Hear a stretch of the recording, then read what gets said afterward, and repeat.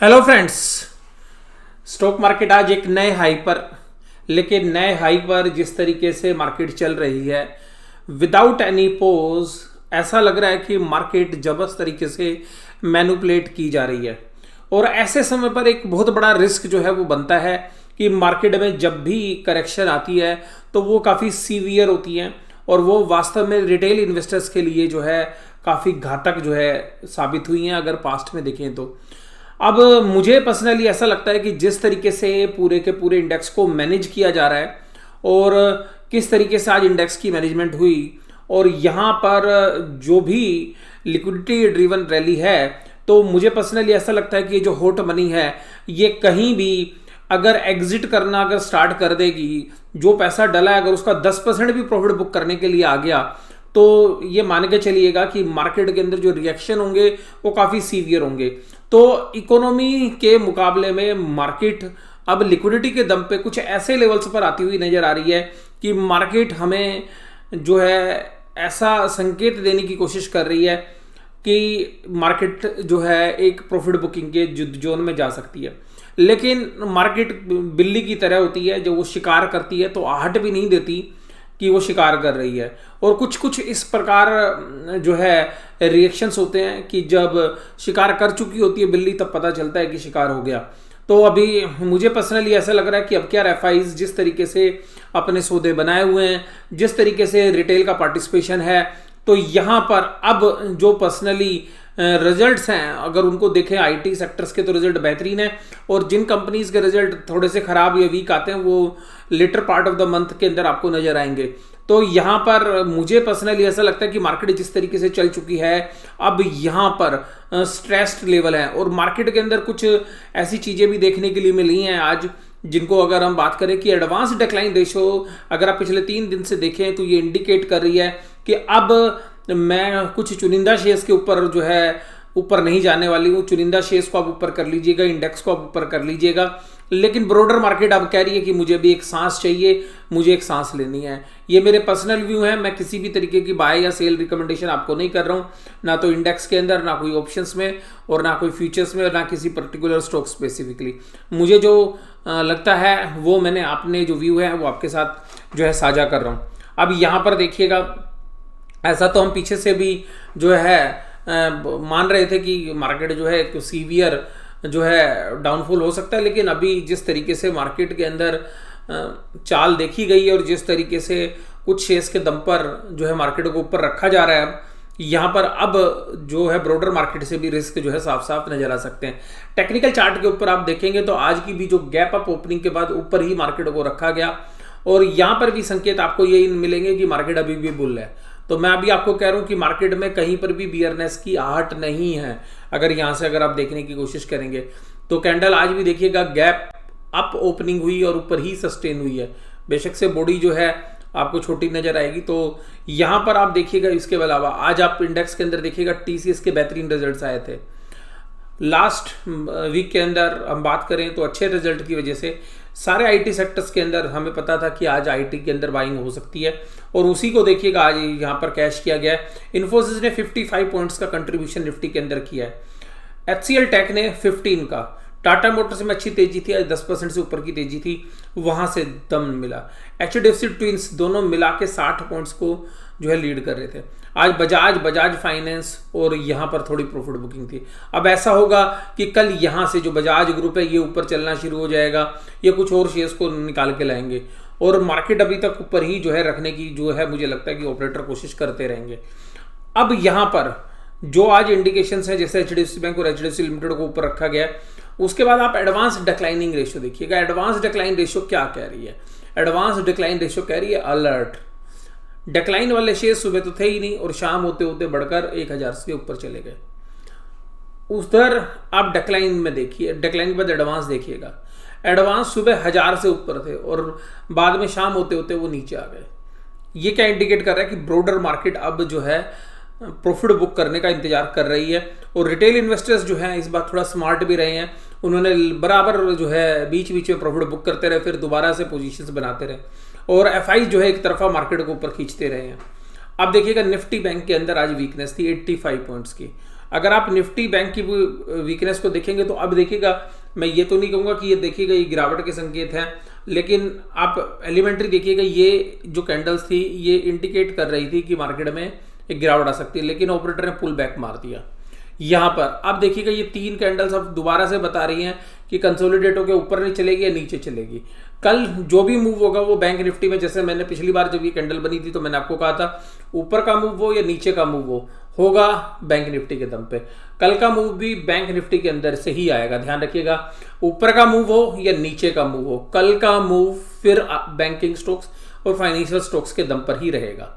अब देखिएगा यहां पर गडकरी जी ने जिस तरीके से सीमेंट मैन्युफैक्चरर्स को और स्टील मैन्युफैक्चर यानी कि लोहे बनाने वालों को जो है आज एक तरीके से चेता दिया। उन्होंने कहा कि जिस तरीके के हमने प्रोजेक्ट्स आगे अगले 5 साल में हमारे पास पाइपलाइन में है कंस्ट्रक्शन में, वो सीमेंट के प्राइस और स्टील के जो प्राइस हैं यहाँ पर हमें कार्टेलाइजेशन की बू आ रही है कि ये सारे जो इंडस्ट्रीज हैं ये आपस में मिले हुए हैं, ये जो कॉर्पोरेट्स हैं ये मिले हुए हैं। तो यहाँ से भी आज जो संकेत थे, तो इसलिए आप देखिएगा आज सीमेंट के शेयर्स में सुबह प्रॉफिट बुकिंग थी। इसी तरीके से स्टील के शेयर्स में भी आज जो है आपको दम नजर नहीं आया, नहीं तो आज ये शेयर्स भी आपको चलते हुए नजर आने थे। और आज इंडेक्स को जो है आप देखिएगा 14,500 से ऊपर बंद होता हुआ नजर आता।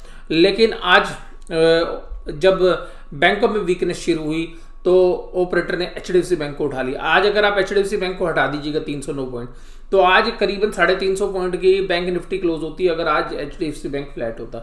तो ये बहुत ही अच्छे तरीके से जो है मैनेज किया जा रहा है। अब यहाँ पर मुझे ऐसा लगता है कि क्योंकि उन्होंने पुट या कॉल की जो भी मैं आपके साथ एनालिसिस करूंगा तो उससे आपको पता चलेगा। अब यहाँ पर देखिएगा बाकी सारे बैंकों में वीकनेस थी, तो ये जो डोमेस्टिक प्लेयर्स हैं वो प्रॉफिट बुक करते जा रहे हैं और इंटरनेशनल प्लेयर्स जो है लगातार जो है बाइंग करते जा रहे हैं। अब देखिएगा आरबीआई ने रिपोर्ट दी। आज आरबीआई ने फाइनेंशियल स्टेबिलिटी रिपोर्ट एफएसआर जो है पहले भी दी थी, लेकिन आरबीआई की कोई सुनता नहीं। आज की डेट में स्टॉक मार्केट जो है आरबीआई के हिसाब से फंडामेंटल से दूर चल रही है, यानी कि फंडामेंटल्स या इकोनॉमी के बारे में आरबीआई से ज़्यादा किसी को नहीं पता होता, बैंकों के बारे में उनसे ज़्यादा किसी को नहीं पता होता। तो उन्होंने सीधी सी बात बताई है, उन्होंने रिस्क भी बताए कि कैपिटल एडिक्वेसी रेशियो को और इम्प्रूव करना पड़ेगा सितंबर तक। उसके बाद उन्होंने दूसरी बात भी जो बोली है कि असेट्स क्वालिटी के जो कंसर्न्स हैं वो भी खत्म नहीं हुए हैं। उन्होंने तीसरी बात ही बोली है कि देखिएगा यहाँ पर अगर हम ये कहें कि जी पूरी चीज़ें खत्म हो गई हैं या जो रिस्क है वो अभी भी हैं, तो उन्होंने ये साफ साफ बोला कि जो फंडामेंटल्स हैं वहाँ से जो है बिल्कुल दूर है। कहता है कि certain segment of financial market and real sector has widened, तो इनके बीच में जो गैप है वो काफ़ी वाइड है। उसके बाद growing disconnect between the certain segment of financial market and real sector economy.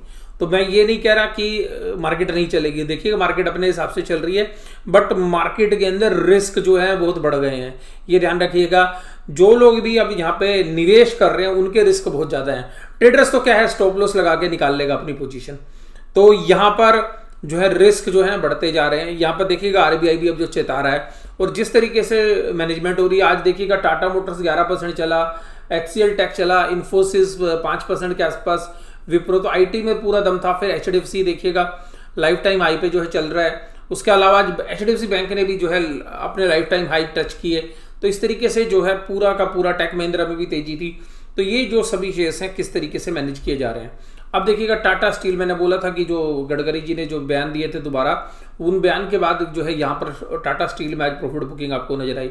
Bajaj group के अंदर जो है प्रॉफिट बुकिंग रिजल्ट आने वाले हैं, तो रिजल्ट से पहले एफआईज जो अपनी पोजीशंस को एडजस्ट कर रहे होंगे। रिलायंस अभी भी वीक बना हुआ है, रिलायंस आज 1900 के भी नीचे चला गया। हम बात कर रहे थे 2000 से ऊपर कब क्लोज लेगा, लेकिन अभी ये 1900 से भी नीचे इसने क्लोज दे दिया।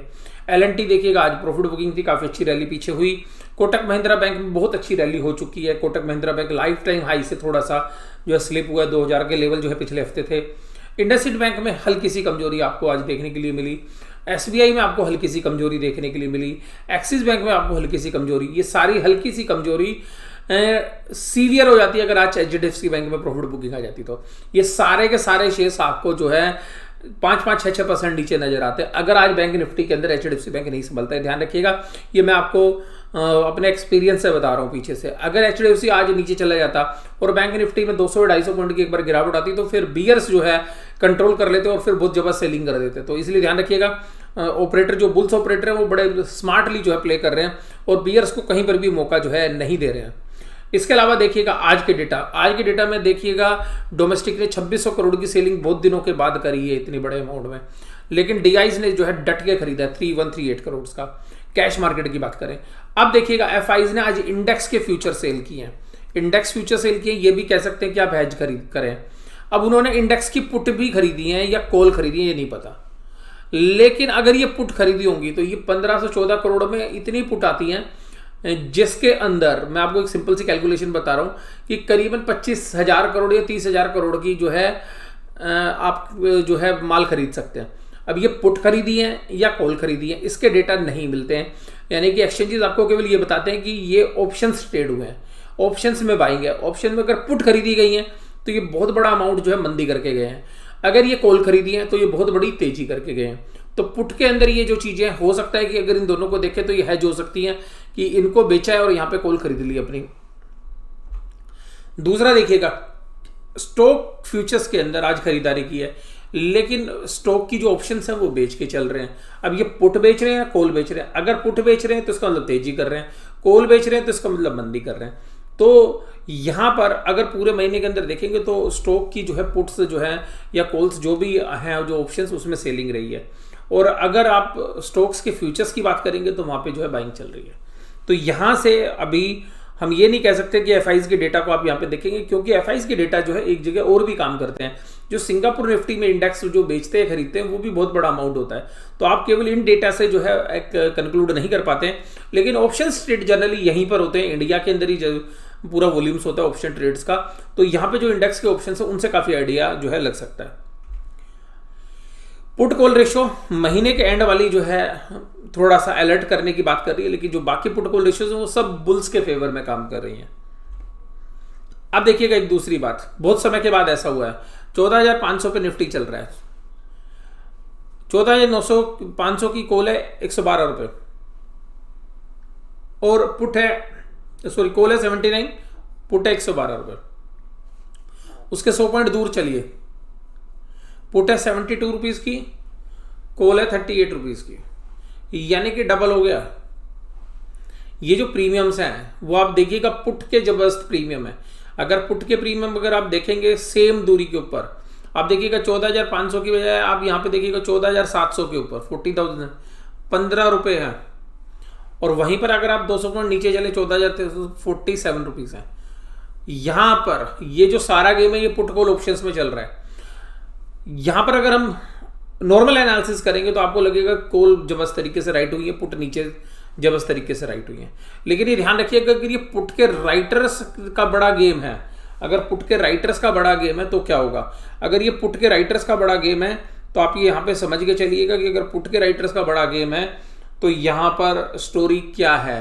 पुट का अगर यहां पर ये पुट जो राइटर्स हैं ये ज्यादा पैसे ले रहे हैं राइट करने के, और खरीदने वाला ज्यादा पैसा देने के लिए तैयार है, यानी कि खरीदने वाला भी इस बात को मान के चल रहा है कि उसने जो लोगों के सौदे कर रखे हैं, यानी कि जो भी उसने माल खरीद रखा है उसके सामने जो उसने पुट खरीदी है उसको ज्यादा पैसे देने पड़ रहे हैं, तो वो भी इस बात को मान के चल रहा है कि मार्केट के अंदर ऊपर से प्रॉफिट बुकिंग आएगी तो मैं ज्यादा प्रीमियम देने के लिए तैयार हूं। तो अब देखिएगा मार्केट के अंदर मैं आपको एक सिंपल सी बात बोल रहा हूं, मैं ये नहीं कह रहा कि कल मंदी हो जाएगी, लेकिन मार्केट अब दोबारा से एक ऐसे लेवल पर फिर जो है पहुंच गई है कि जहां पर हाई अलर्ट जो है रहेगा। लेकिन मार्केट देखिएगा लिक्विडिटी से चल रही है और लिक्विडिटी ही चलाएगी, वैसे तो मार्केट चलती है लिक्विडिटी से, लेकिन फंडामेंटल्स बहुत ज़्यादा जो है आगे आ गई है। अब क्या ये अर्निंग ग्रोथ जो हमारी कंट्री के अंदर इस तरीके की आ जाएगी जिसके ऊपर ये इंडेक्स हमारा खड़ा हुआ है, ये तो आने वाला समय बताएगा। लेकिन अभी मुझे फिर दोबारा से ऐसा लगता है कि अब जिस तरीके से तेजी हुई है उस तेजी के बाद जो निफ्टी नहीं रुकने वाला था वो हो सकता है कि ना भी रुके, लेकिन एक बात पक्की है कि मार्केट के अंदर इस समय पर प्रॉफिट बुकिंग जो है जरूर आएगी और ब्रॉडर मार्केट में आएगी। बेशक से इंडेक्स में आए या ना आए, लेकिन जो छोटे शेयर्स हैं, मझोले जो शेयर्स हैं, उनके अंदर जो शेयर्स के अंदर काम करने वाले लोग हैं वो अभी पिछले 2 ट्रेडिंग सेशन से दिख रहे हैं कि वो कुछ ना कुछ अपना प्रॉफिट बांधते हुए जा रहे हैं। तो यहां पर हो सकता है कि कोई मेजर करेक्शन अभी ना हो, लेकिन जो स्मॉल और मिड कैप के जो शेयर्स हैं और यहां पर भी इंडेक्स के भी जो वीक शेयर्स हैं उनमें आपको प्रॉफिट बुकिंग जो है डेफिनेटली जो है शुरू होती हुई नजर आ सकती है। मेरे व्यू इंडिपेंडेंट है, किसी भी तरीके की पोजीशंस आप बनाएं फाइनेंशियल मार्केट के अंदर, स्टॉक मार्केट के अंदर, तो देखिएगा अपने फाइनेंशियल एडवाइजर से सलाह लें, अपने विवेक का यूज़ करें। और market is subjected to risk, तो ये आप लोग सभी जानते हैं कि उसमें जो रिस्क है वो काफ़ी ज़्यादा है। और आज की डेट में तो जो है वोलेटिलिटी कभी भी बहुत बेहतरीन तरीके से बढ़ने वाली है। ये पक्का है कि वोलेटिलिटी अब दोबारा से जो है अपने पैर पसारने वाली है, क्योंकि अर्निंग्स को भी मार्केट अब देखने वाली है कि अर्निंग्स के हिसाब से चल रही है या नहीं चल रही है। और लिक्विडिटी देखिएगा, ये हॉट मनी है, हॉट मनी का कोई काम नहीं है। हॉट मनी यहाँ पे पैसे लगा रही है, यहाँ से निकलेगी किसी दूसरी एसेट्स क्लास में लग जाएगी। अब देखिएगा बिटकॉइन के अंदर जो तेजी हुई है, बिटकॉइन आज 15% नीचे डाउन था। तो आप ये समझिएगा कि ये जो बड़े प्लेयर्स हैं, ये बुल्स एंड बियर्स जिनको हम बोल रहे हैं, ये बहुत बड़े लेवल्स के ऊपर जो है आज की डेट में स्पेकुलेशंस की जो एक्टिविटीज़ हैं ये हो रही हैं। अभी मार्केट पूरी की पूरी फंडामेंटल से दूर है, तो मैं यही कहूँगा कि बड़ा जबरदस्त स्पेकुलेशन जो है इस समय पर हो रहा है। और हमने अपनी लाइफ में इस तरीके का स्पेकुलेशन जो है 2008 में भी नहीं देखा, ये 2008 से भी ज़्यादा आगे, क्योंकि 2008 में फंडामेंटल्स जो है मजबूत थे, यहाँ पर फंडामेंटल्स उतने मजबूत नहीं है, वैल्यूएशंस ऊपर की तरफ हैं। कोविड में क्या होगा, कोविड के बाद क्या होगा, सरकारें फंडिंग्स कैसे करेंगी, सरकार का बजट किस तरीके से बनेगा, सरकार फंड्स कहाँ से रेज करेगी, ये पहले ही समस्या बनी हुई थी। लेकिन बड़े प्लेयर्स देखिएगा इनकी अनदेखी करते हुए जो है मार्केट को लीड करते जा रहे हैं। बट यहाँ पर मुझे पर्सनली ऐसा लगता है कि एक रिटेल इन्वेस्टर्स को जो है यहाँ पर अलर्ट रहने की खास ज़रूरत है। मैं ये नहीं कह रहा कि प्रॉफिट बुकिंग करनी चाहिए, लेकिन अपनी जो कैपिटल है उसका प्रोटेक्शन करने के लिए जो भी उचित इंतजाम है वो एक व्यक्ति को अपने करने चाहिए। यहाँ पर मैं अपनी जो वीडियो है यहीं पर जो है समाप्त करता हूँ। वीडियो आपको कैसी लगी जरूर से जरूर आप मुझे कमेंट बॉक्स से बताइएगा। वीडियो देखने के लिए धन्यवाद। Thank you very much.